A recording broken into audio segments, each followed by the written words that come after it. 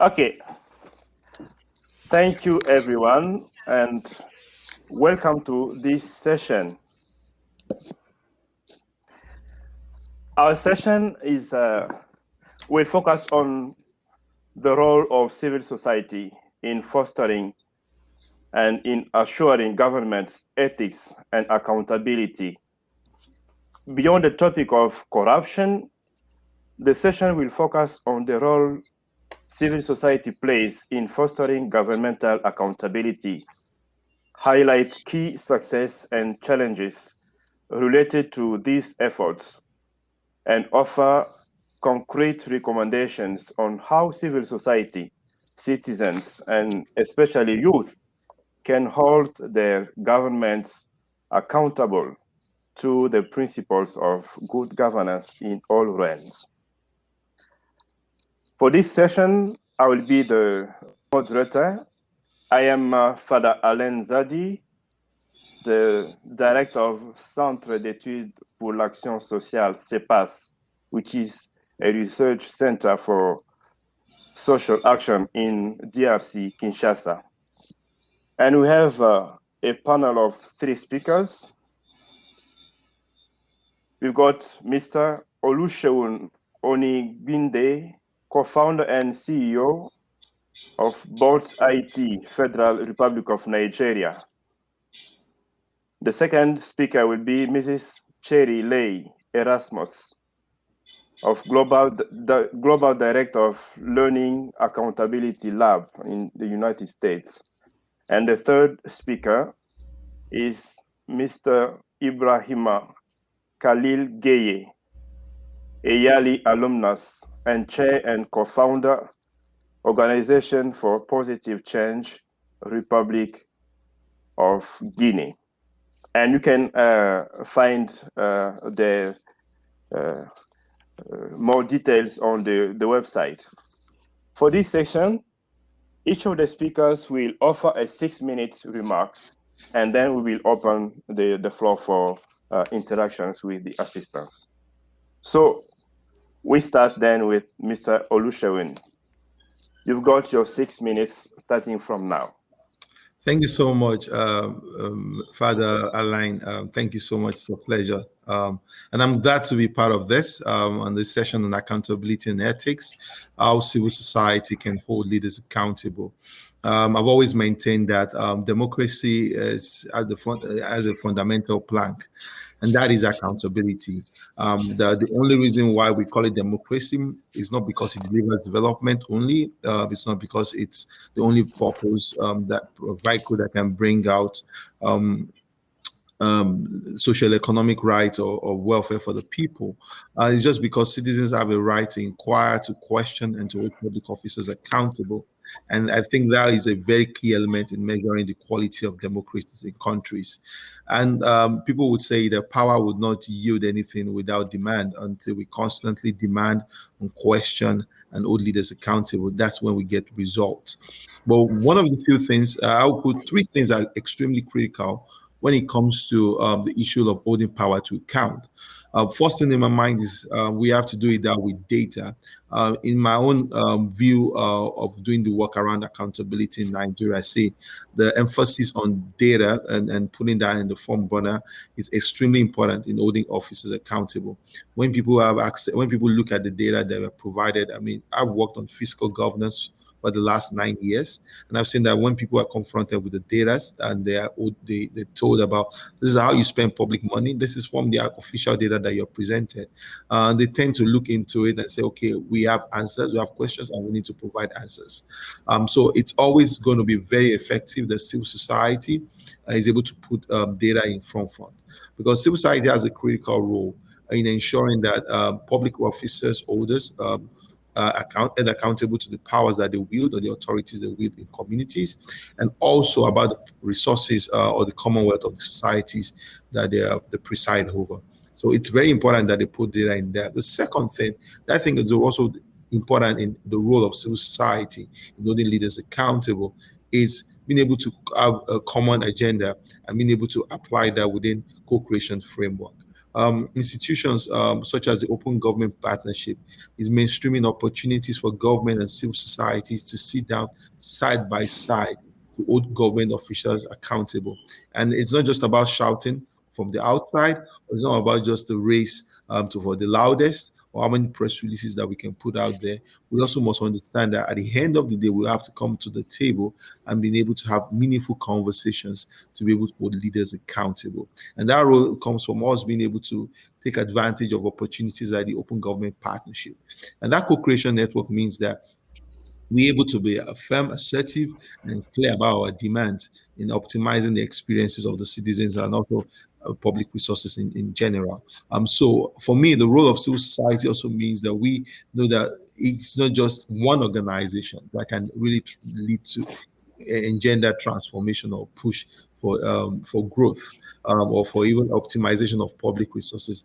There has to be organizations need to be able to bundle together and to be able to come together and speak with one voice and be able to hold public officers accountable. And I think that role is extremely important in how we be able to build engagement within in holding leaders accountable. And the third thing also that has to do with accountability for me is that we also have to be also the role is about building inclusivity in how we have conversations. It's not just going to be about when we say civil society, we must broaden that term to include others. I mean, to look at underserved groups, groups in local communities, groups that represent also a specific constituency, such as the media, the people living with disabilities, people who are in local communities who also don't have access to social media, 3G, 4G networks. People like that also have to be mainstream into the conversation. Trade associations, faith-based organizations. So when we talk about the role of civil society, we can't just look at it within just a blanket of non-profit organizations that possibly receiving funding locally or from outside the country. It has to be broadened. I mean, because so that the legitimacy can be much more stronger to talk to people who also include trade organizations, trade unions, and groups that are necessary to be able to build those kind of conversations.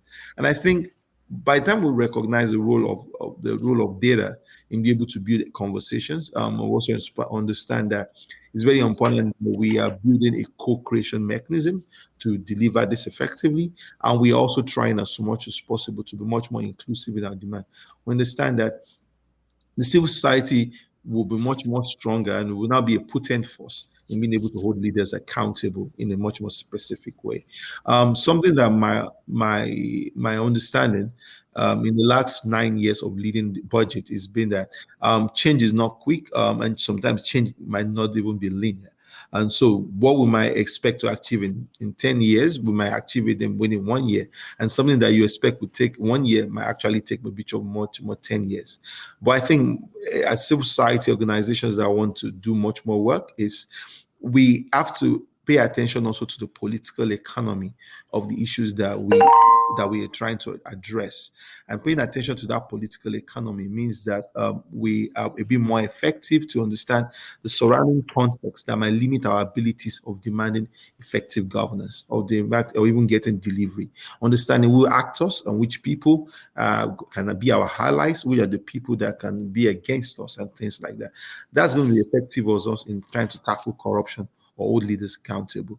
So I think it's a very significant role for the civil society. And I'm happy to take questions. Thank you very much. Thank you, Elkam. And Mrs. Cherry, the floor is yours. Lane, thanks for the opportunity to speak here today. I think the reason a platform like YALI exists is exactly because there's just no shortage of young people with great ideas on the African continent, and also young people in civil society who are hungry for reforms. And I think first and foremost at the Accountability Lab, we believe in the power of networks, in harnessing the strength of civil society. And not just ordinary actors working together, but more than that, we believe in building unlikely networks. As Olusegun said before me, we need to start reaching people who are usually excluded from conversations, people in rural areas, women, young people, people with disabilities, those from marginalized groups. But this is often quite hard to do through traditional methods or top-down approaches with regards to accountability and change. So some of the things we've done at the Accountability Lab is to train young people in gathering citizen-generated data on critical issues in their communities. And we specifically train young people from marginalized groups and outlying communities whose ideas for their country are very seldom included in policy-making processes, and who, because of that, can often get despondent, and that has a very negative effect on how they see their own agency, their influence, and even the value of participation. So being able to gather data from the ground up, convene people around these findings, around what's going wrong in their communities, and being able to feed these ideas and solutions up into policymaking processes, give people a sense of, I can be heard. Even though I'm in a really outlying community affected by the extractive sector, for example, my ideas can in some way be fed up into processes. We also believe that you have to make participation easier for people. Often projects that are rolled out at the national level, or things such as, for example, the COVID mitigation strategy in countries, become very hard for community members to monitor, to hold power holders to account, because documents and project scopes are often written in legalese and not really broken down so that communities understand what they are entitled to, what are their rights. So again, we build unlikely networks with, for example, musicians who can write messages around these accountability aspects that can go out on radio so that we reach people beyond the digital divide and get to communities. We create and print bulletins that break down really complex policy issues into an infographic format, again, so that people understand it and that you can start bridging the literacy divide that is very prevalent in the countries where we work. Because participation is key. And if people, first and foremost, don't understand how to participate and what question is actually even on the table, because things are written in a very difficult manner, then there's really no way for them to become engaged and take up their role as active citizens and active community members. And I believe there's a key role for civil society to play here. If we can, in a way, build the networks that bring more people into the conversation through creative means, by using avenues that are available and accessible, such as not just relying on digital media, but going the low-tech route with printed materials and town criers and community radio stations, we can reach those people and reignite their commitment to the social contract and to reforms. Lastly, I think civil society has a role to play in terms of modeling new behaviors. We know that corrupt systems are underpinned by social norms and our own behaviors as citizens that make them become entrenched over time. So I also think maybe this isn't a big ticket item on the minds of civil society organizations, but how are we conducting ourselves? How are we modeling transparency and accountability? I think just in how we, as civil society leaders, make decisions and run organizations in a way that is ethical and transparent, and hold ourselves and those in our CSO networks to account, can model to community members what transparency can look like. And so I think that is also important, because in a way, if we highlight what is good, if we also celebrate do-gooders in our countries, we have a real opportunity to create new role models in places where people get despondent, where there are few role models that they see as people to look up to, and where young people might feel that they have no one in whose footsteps they can follow. So I'm a huge champion of celebrate what is good, model what is good, and building networks around that. I also want to encourage people to take stock of what we are good at in our individual civil society organizations, and let's work together. I think it's only through collaboration that we can achieve large-scale reforms. And as my colleague mentioned, it's not easy and it's not fast or linear. But what might happen if we pool our resources and if we partner with each other instead of competing with each other? Because at the end of the day, if we are all truthfully working towards a more equitable society, and if we're all working towards increased participation, we should be able to overcome these barriers between us, to overcome the challenges of a lack of participation and a lack of reaching those who are marginalized. Thank you. Thank you. You're welcome. And Mr. Ibrahima, the floor is yours.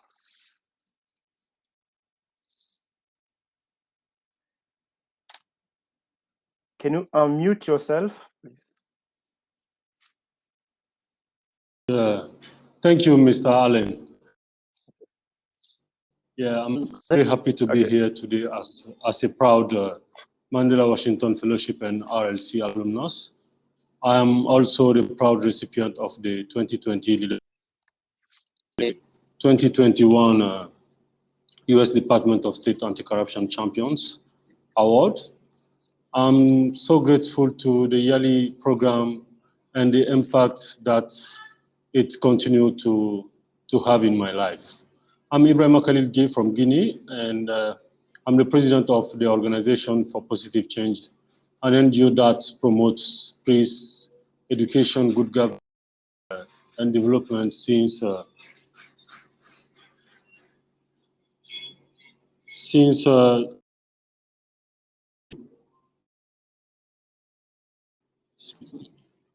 excuse me.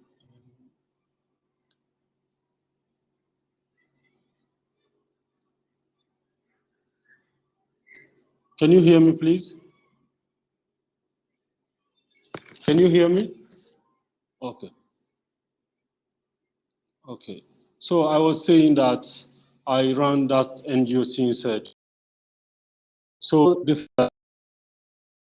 corruption is clearly our priority since its launch, because we believe that corruption is our only problem. Because of it, more than 53% of the population lives in poverty, according to IMF, while the country has natural resources whose value is so great that it could lift everyone out of poverty.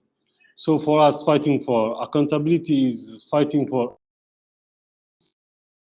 justice, for education, and for life itself. So to move quickly with our excellent topic, I would like to start by one of the quotations from an article that I published 2 years ago during the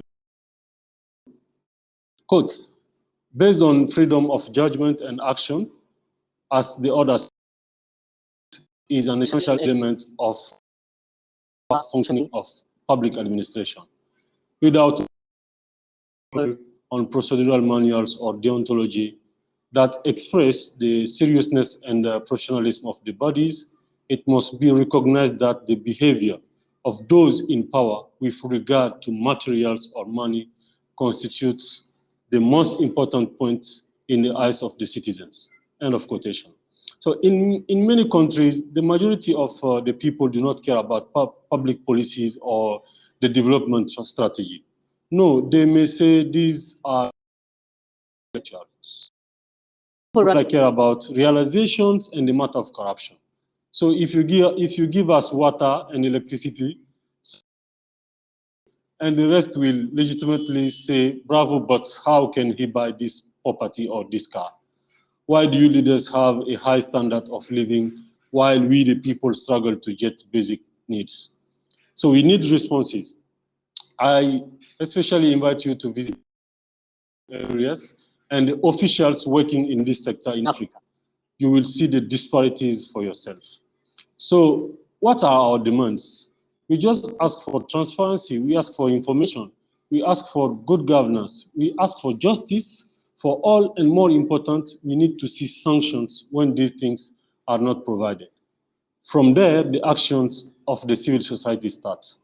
The civil society becomes then the intellectual body of the population, governments on one side and acting as a counter to government's power on the other side.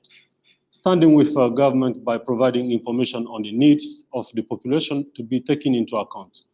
We are witnessing the participatory annual budgeting in many countries, and the civil society of Benin is a very good example in this process. This makes the understanding of the governance system very easy for the general public and finally helps them to conduct appropriate initiatives. So acting as a counterpower because it's a bridge between the citizens and the population.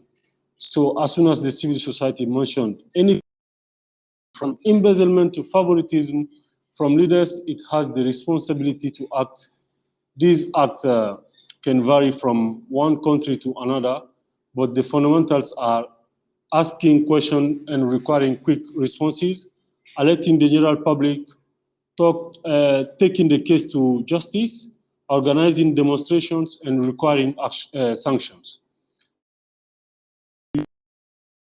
Understanding good governance and democracy that 12 Mandela Washington Fellows, including myself, wrote prior to the 2018 Mandela Washington Fellowship convening in Rwanda. We have mentioned in this toolkit that the accountability concerns the relationship between the elected leaders and citizens.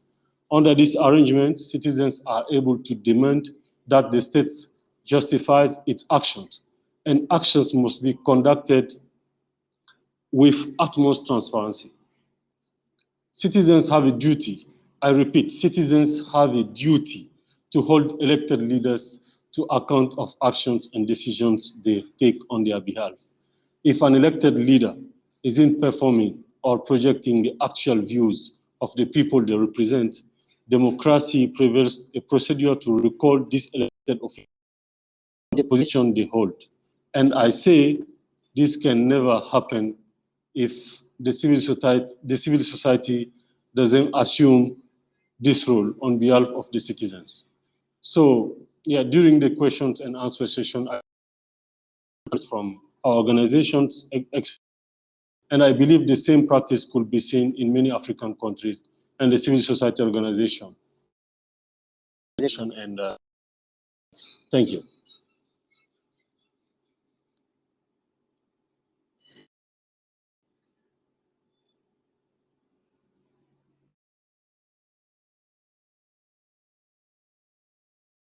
Father, you're muted, sir.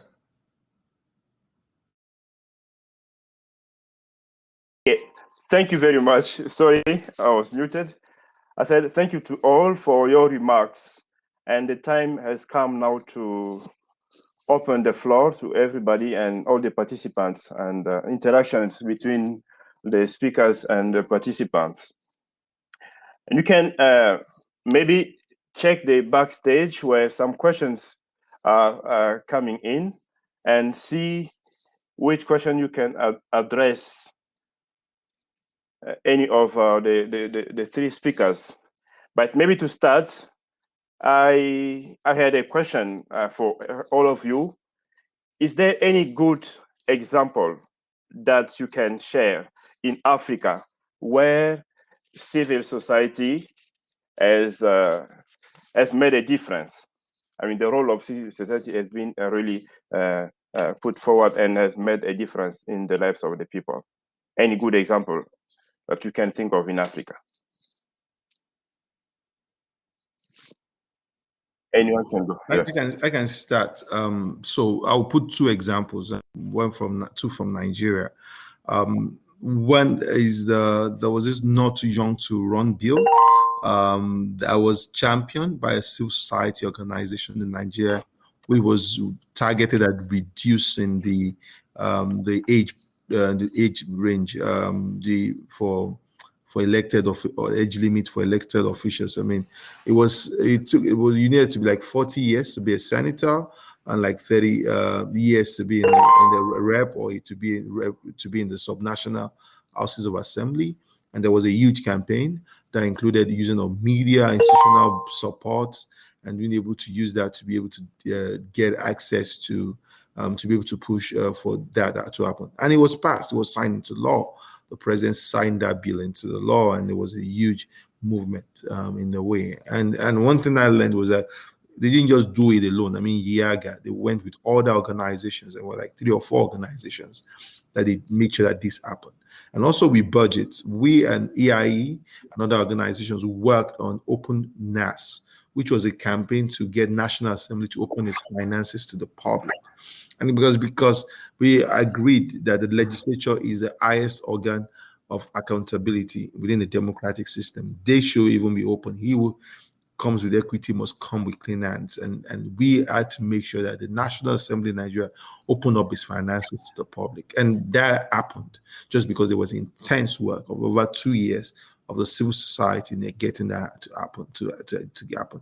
And if you add up all the work we do in budget around advocating for service delivery in local communities, schools being built, hospitals being built, roads being tarred in local communities, just because of intense energy and intense advocacy. It's just, of course, all points to the fact that if we make the push and we do the work, and we do it in a very strategic manner, we would get results as civil society. And I know that some societies' environment can be restrictive and can be challenging, but in a way, it's also necessary that civil society have this resilience to be able to pursue change. Thank you. Okay, so maybe let's first address a question from Ineza Grace. She's asking, how can a youth CEO hold leaders accountable when we are constantly reminded that we don't have the skills or experience, and yet we are so close to the fear of the current and next generation of our community? So I think the question is addressed to any of the speakers. I'm happy to jump in, Father Alain. Okay. Yes, you're welcome. I think that is a really, really great question to be posing. And there's no easy answer, because I do think it's important to note that it is in the interest of power holders, and especially corrupt power holders, for us to think that we're too small to make a difference, right? And so no one is going to necessarily give you a seat at the table. Making the argument that you're inexperienced or you lack the skills keeps you subdued and keeps you questioning your own agency. So the only real answer I can give you about that is to show those people who you want to hold accountable that you do have the skills and the experience and the ideas, and band together with others so that you have a variety of skills and experiences to bring to the table. You don't have to prove to someone you're holding accountable that you have the skills or experience.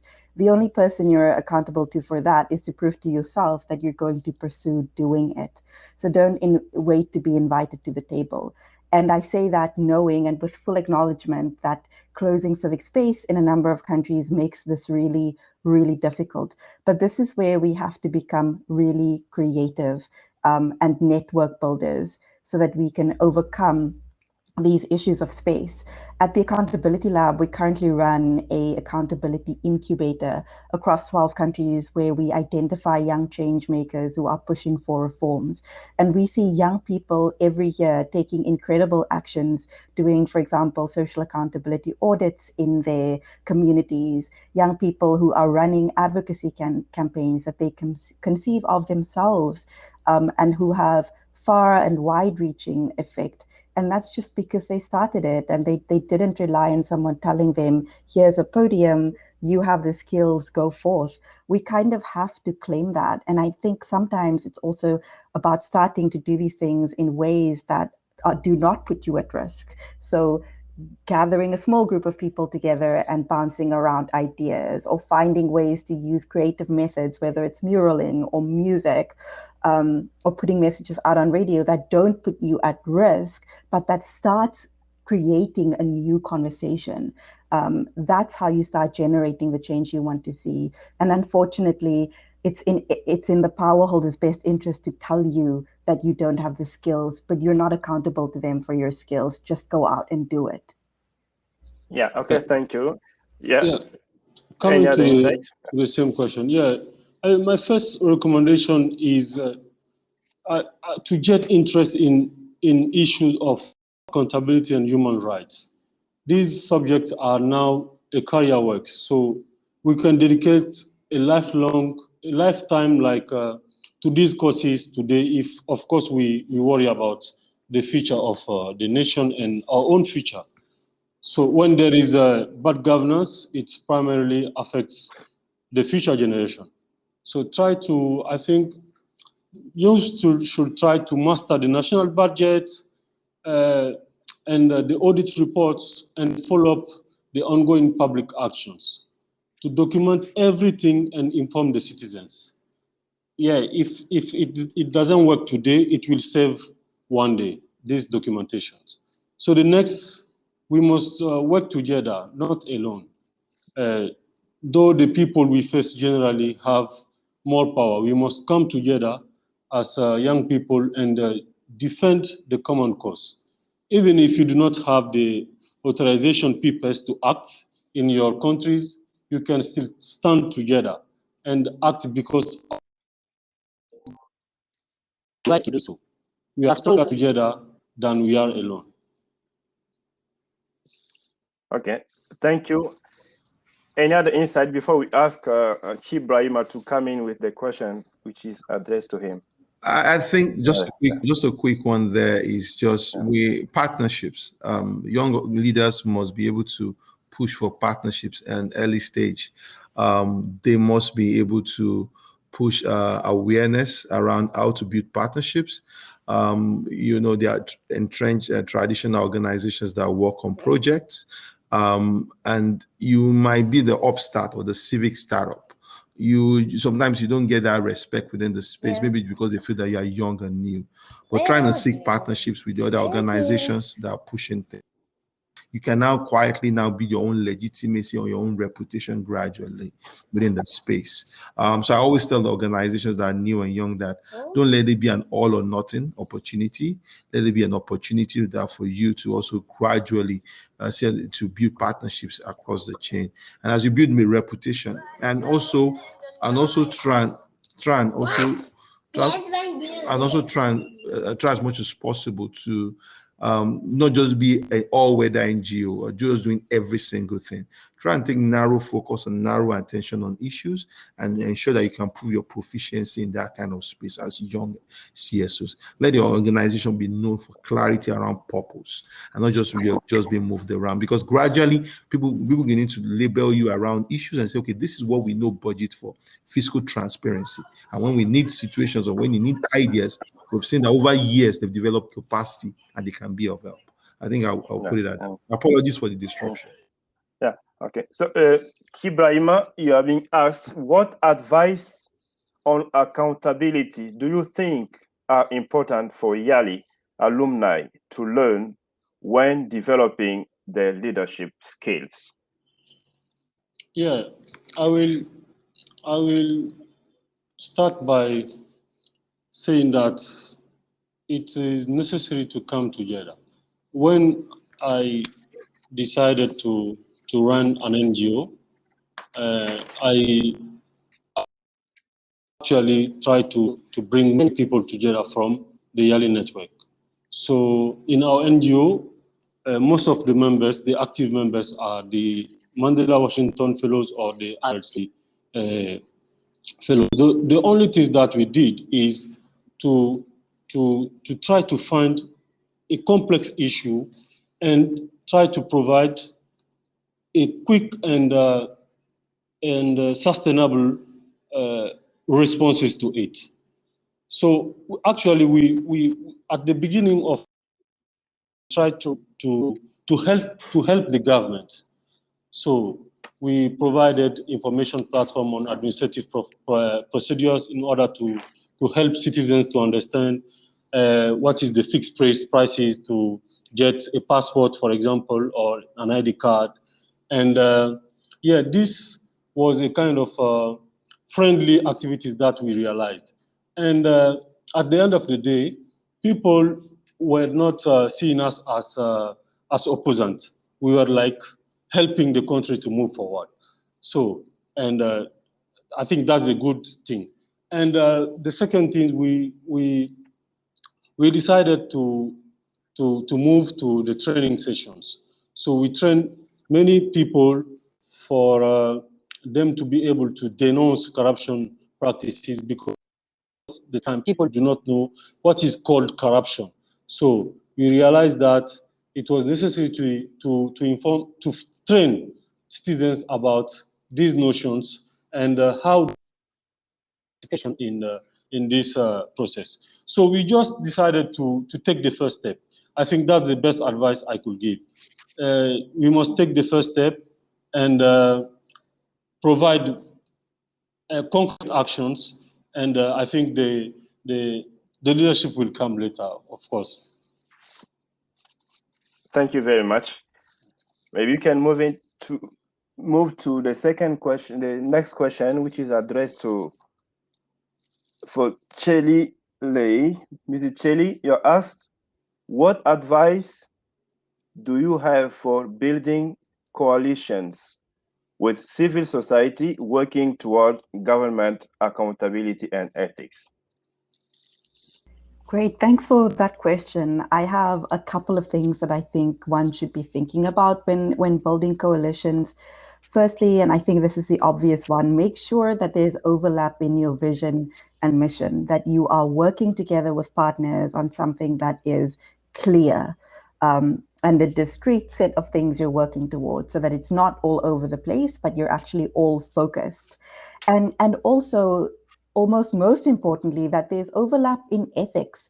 I think when you build a coalition for accountability, the most effective way to ruin it is if one of the partners are found to be acting, for example, in a way that is unethical or corrupt, because that will essentially erode the trust of community members and others in your whole process and in your whole partnership or your whole coalition. So make sure that everyone stays on track and believe in the same values and ethics at the back end.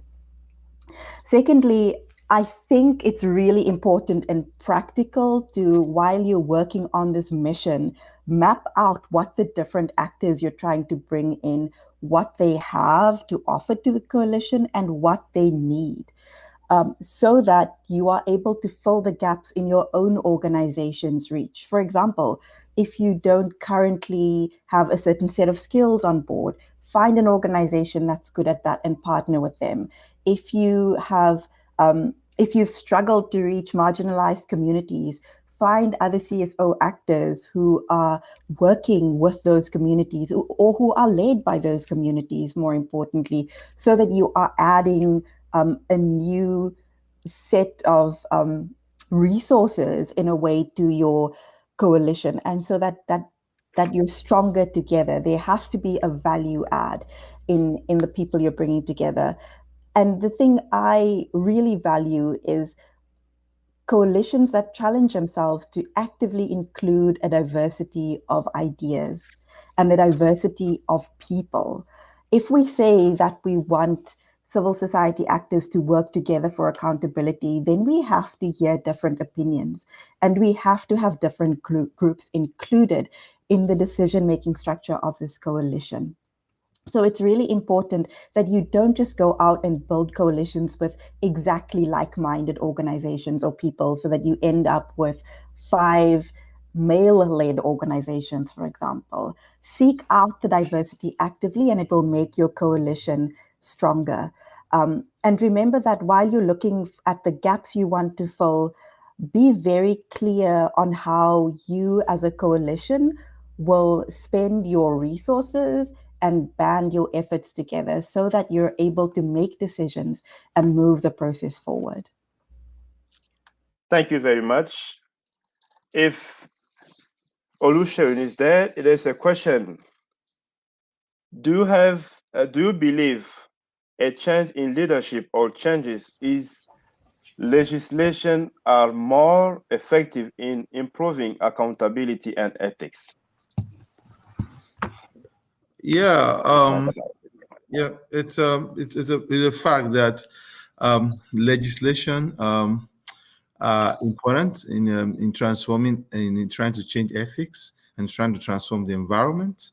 But one thing that is extremely very important is that for an environment where even where you have legislation, if the civil society are not organizing in a concerted way, you find out that those legislation is not a proof that things will go the proper way. It's not a proof that ethics or accountability is going to happen in the environment. And I'm going to take an example. You can have a freedom of information law in the country, but it does not mean that if the civil society still don't do a work around vigilance and advocacy, that the access to information rights were going to be honored, even though it's in the constitution. For example, in Nigeria, there's laws around legislative and judicial independence, but it doesn't still mean that people tend to do that. It's good to codify things. It's good to institutionalize things in a significant way. But more importantly, it's also more importantly, is that we also hold government accountable on the basis of our own effort, on our own concerted effort.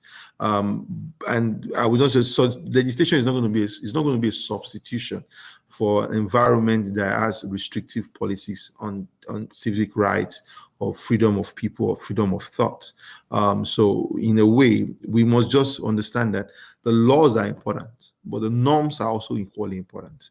And we must make sure that we protect both of them. And then the protection of those norms means civil society understand that things can be written in the law, but they also need to continuously advocate for implementation of those laws.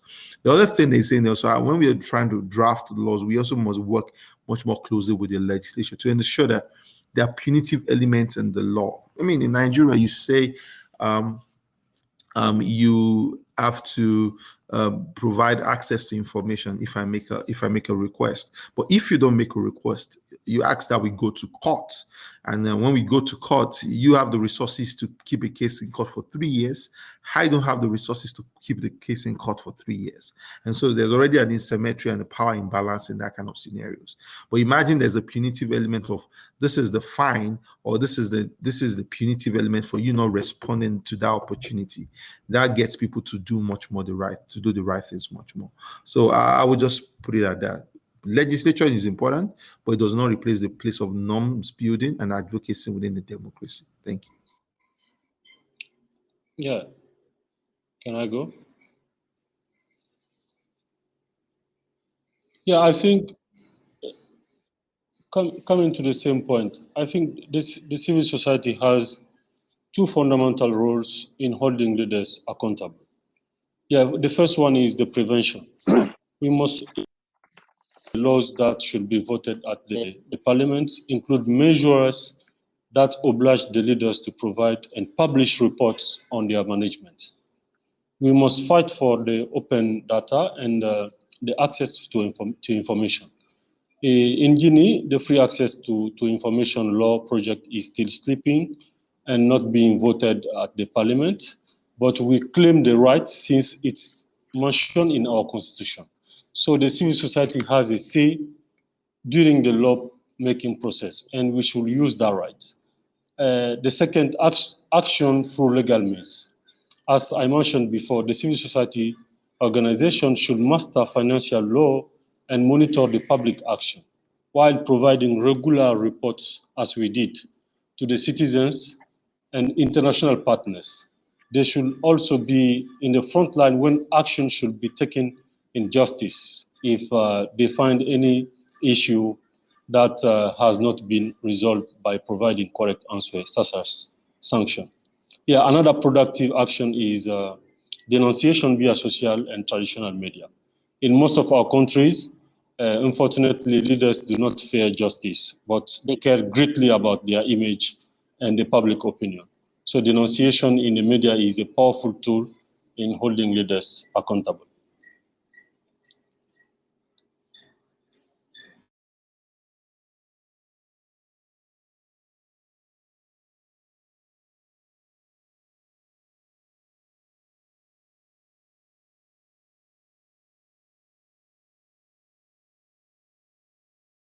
Alan is having a network challenge in there, but we could take a question that has to do with the closing civic space across many African countries. Talked about a lot.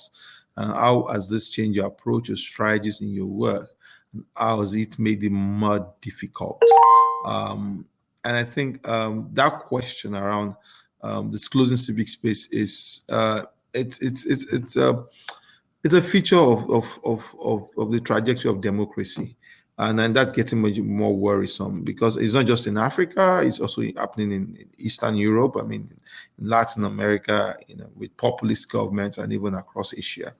And something I think it's in a time of attack, it's also a time for consolidation. It's also a time for solidarity.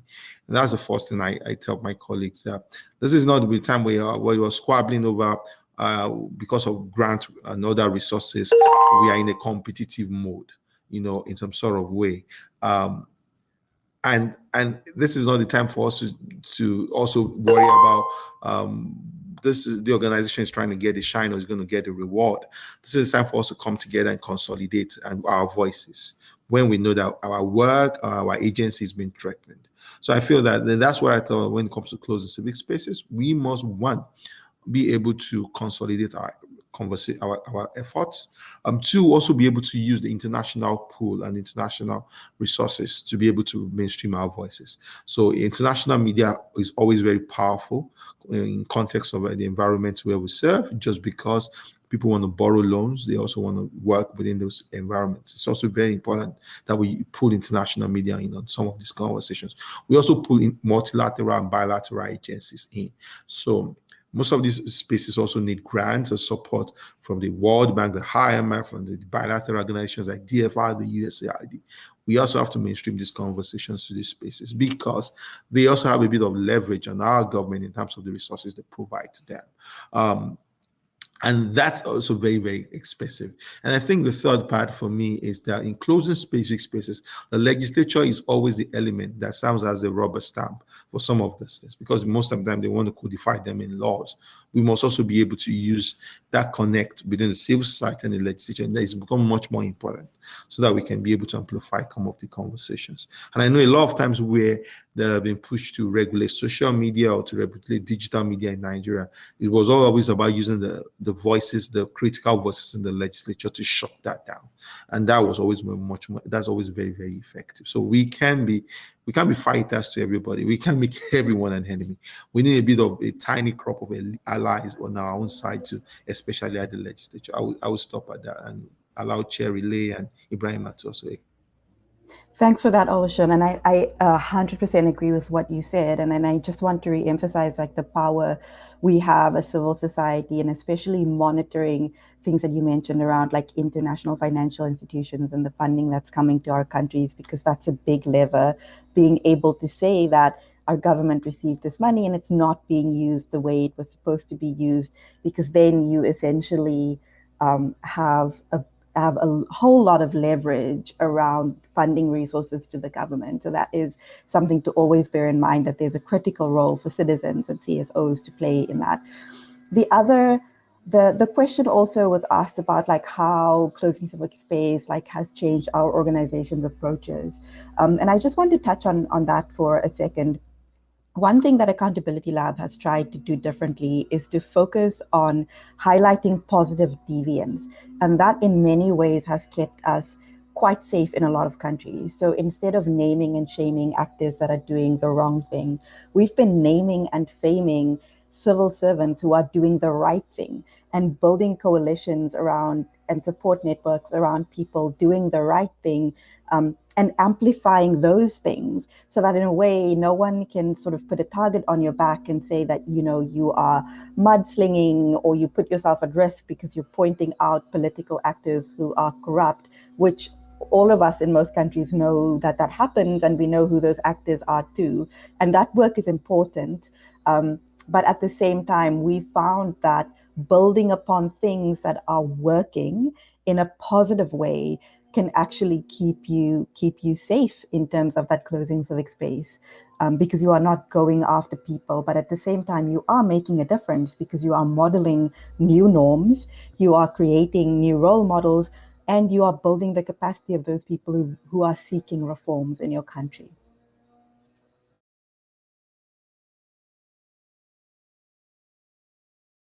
Ibrahim, I don't know if you had ideas on closing civic space in your context.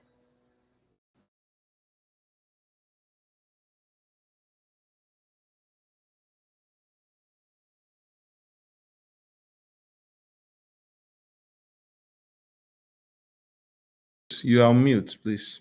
Yeah. Yeah, I was just saying that I would like to mention some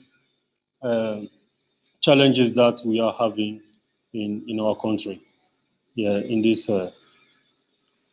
fight. The main challenge is the fact that many people have been influenced by politics, and they are worried of participation. This is especially true for the people from provinces. So when you go to the people to talk about budget or denouncing corruption, some will say this will never work or the authorities will never listen to us. In response to that, we say, and you can also say that, yes, it can work. It happened in north of Philippines when citizens oblige a company to use the required number of cement bags during a road construction and then report the case to the central administration. At the end, the company was obliged to rebuild the infrastructure thanks to the citizens' mobilization. So do not say it's impossible, but take the first step and you will surely succeed. Some others will say, how do I know I can trust you? You may be working for the opposition. So to this, you can say, follow our actions, and if you don't follow our, you will learn to trust by joining us in action. We are working for you, the people.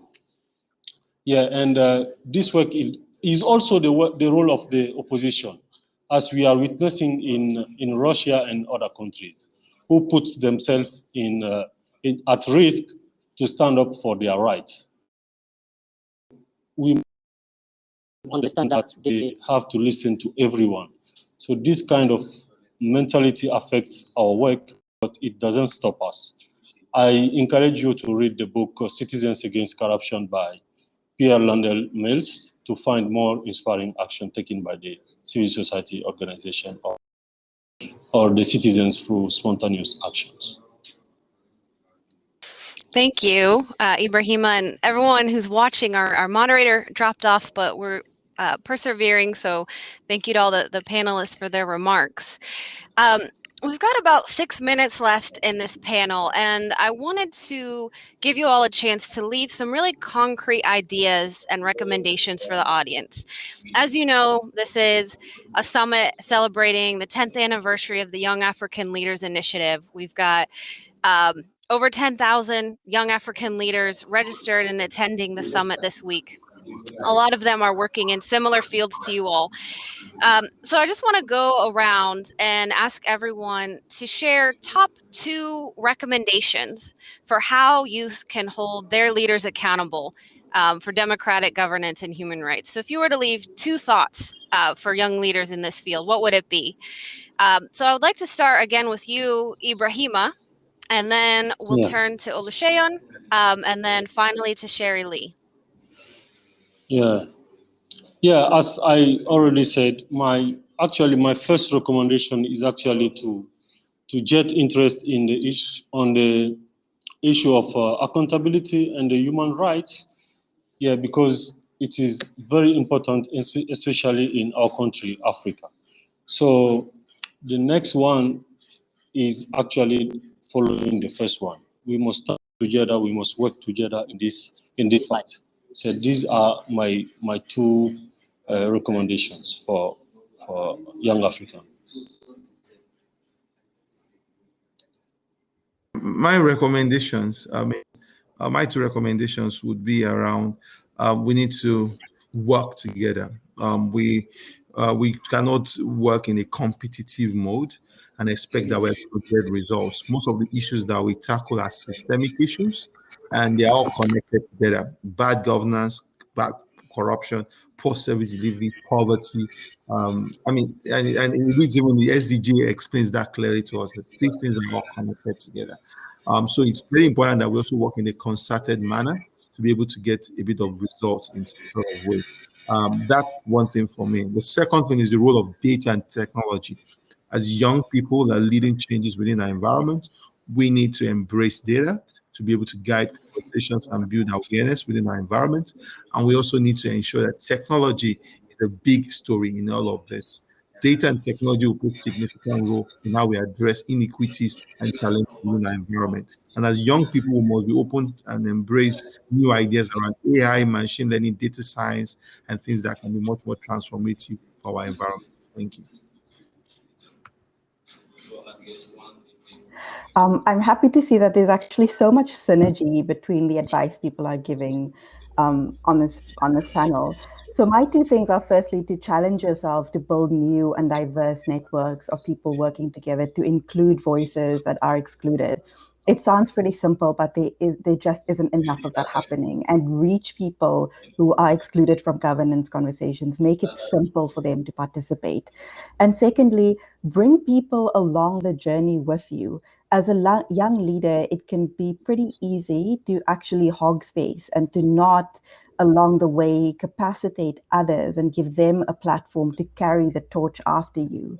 So make sure that in any community that you are working, build skills, build capacities, build opportunities, and step back at the right time, so that we also model what we talk about when we say we are including new people in this battle for greater accountability.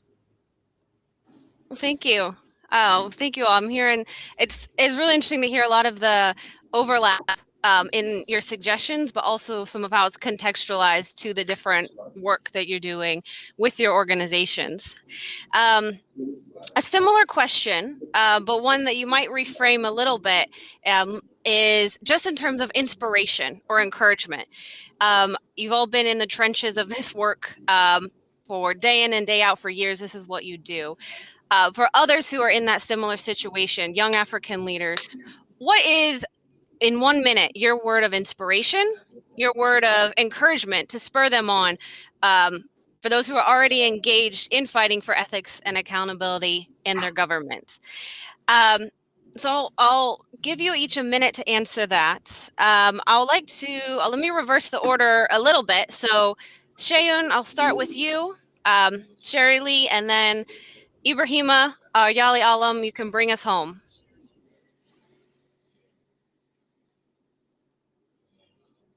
So much.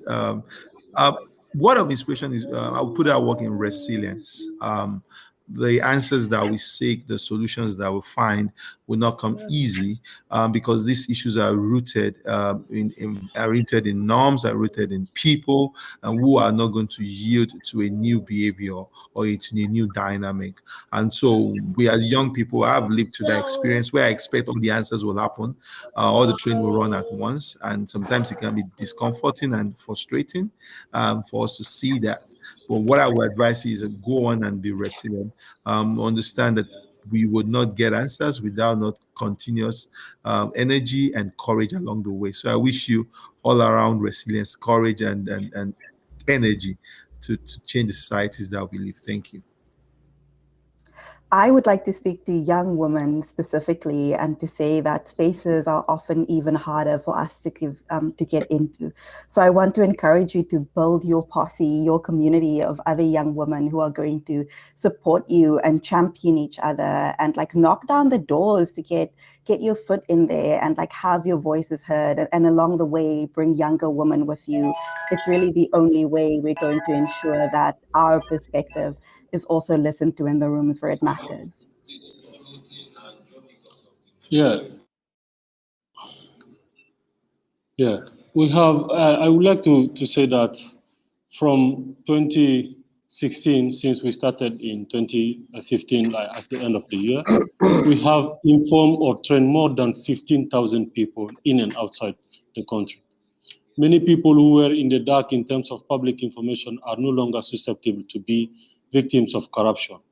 We have encouraged them to denounce any misconduct from public officials through open and private platforms. We made communities understand that resources or infrastructure that comes to them are not gifts, as contrary to what politicians generally make them believe.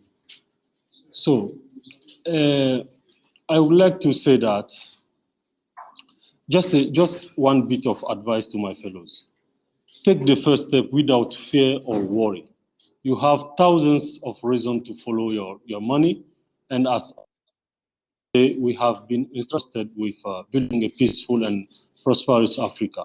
To do this requires more engagement and patriotism. I know we are ready for that. Happy anniversary to you all. Yeah, I would like to give a special mention to our consistent fellow, Donna Ray White from South Africa. Thank you. Well, thank you all. Father Elaine, welcome back. I'll let you Thank thank. you. So sorry. No. I'll let you thank our speakers, and then we will close. Okay, so thank you to everybody. Thank you for your inputs and insights, and thank you to the participants. And I wish you all well, and that we have understood that holding our leaders accountable is a duty to all of us. Thank you. So this